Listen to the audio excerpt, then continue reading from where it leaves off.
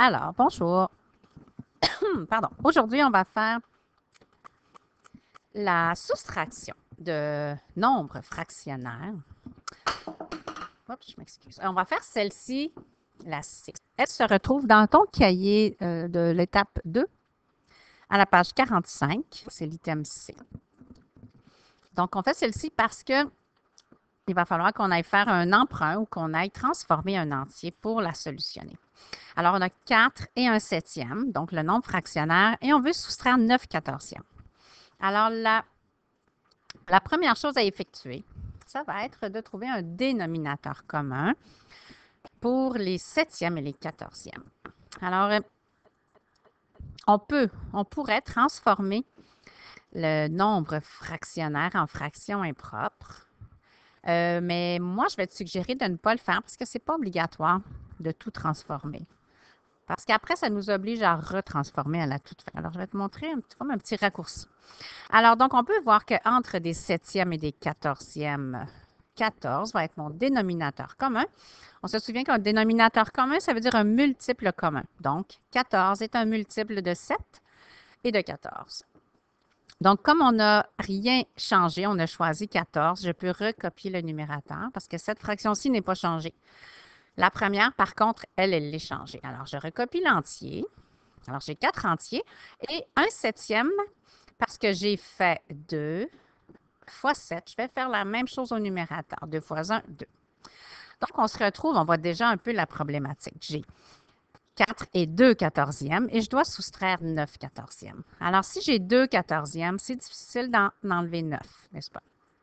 Donc, c'est là où on peut tout de suite voir, si on a un peu compris comment les nombres fractionnaires fonctionnent, que puisque je n'ai pas assez de quatorzièmes, je vais aller emprunter. Je vais aller transformer mes 4 entiers. Je vais en prendre un. Donc, il va me rester 3 entiers. Et je vais prendre un de ces entiers que je vais aller transformer en quatorzième. Alors, pour vous faire le lien, alors mon entier, un entier, ça égale à combien de quatorzièmes? Alors, pour que ce soit un entier, en effet, il faut absolument que le numérateur soit équivalent au dénominateur. Donc, un entier, ça équivaut à 14 quatorzièmes. Hein, mon entier, il est déterminé par le dénominateur. De sorte que mon entier, si j'avais des cinquièmes, bien, mon entier serait 5 cinquièmes. Et ainsi de suite, n'est-ce pas? Un entier entière, ce serait 3 tiers. Donc, c'est comme ça qu'on peut aller transformer. Alors, mon entier ici, il est 14 quatorzièmes. Et donc, j'aurai donc 14 quatorzièmes plus mon 2 quatorzièmes que j'ai ici. Donc, 14 quatorzièmes plus 2 quatorzièmes, ça va me donner 16 quatorzièmes. Alors, je peux aller effacer ceci. Je pourrais l'écrire à côté.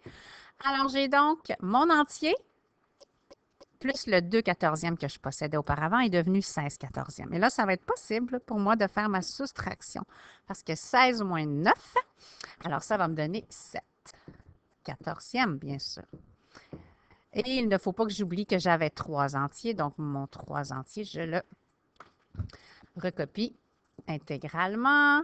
Donc, ma réponse finale est donc 4 et 1 septième moins 9 quatorzièmes me donne 3 entiers et 7 quatorzièmes. Et bien sûr, maintenant, en sixième année, on sait très bien à toutes les fois qu'on a une fraction qui peut être simplifiée, ce qui est le cas de 7 quatorzièmes. Alors, oups, pardon, on sait que ça va donner une demi. Désolé. Alors, donc, 3 et une demi. Ce sera donc ma fraction finale.